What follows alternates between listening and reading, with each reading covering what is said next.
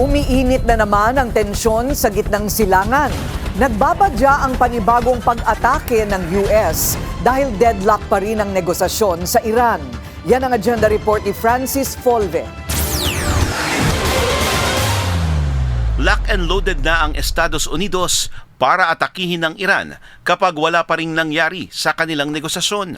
We don't want to go down that pathway, but the president is willing and able to go down that pathway if we have to. We are not going to have a deal that allows the Iranians to have a nuclear weapons. Nitong Martes lang, sa hiling daw ng Gulf allies, ipinagpaliban ni US President Donald Trump ang panibagong strikes sa Tehran.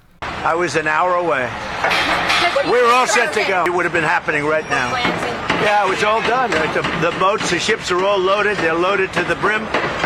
And we were all set to start. Lumusot naman sa US State ang War Powers Resolution na layong ipatigil na kay Trump ang gera, maliban kung makakuha siya ng congressional authorization.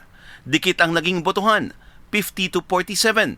You know, we're negotiating with Iran, and then you have the Democrats, I call them the Democrats, putting in a bill that Trump should immediately stop. They want to stop Trump from, if he has to, giving them another slap. They want to have a nuclear weapon to blow up the Middle East and to blow up, frankly, the world. It's not going to happen. Dadaan pa ang resolusyon sa Republican-led House of Representatives. Inaasahan ding i-veto ito ni Trump. Para sa agenda, Francis Folve, Billionario News Channel.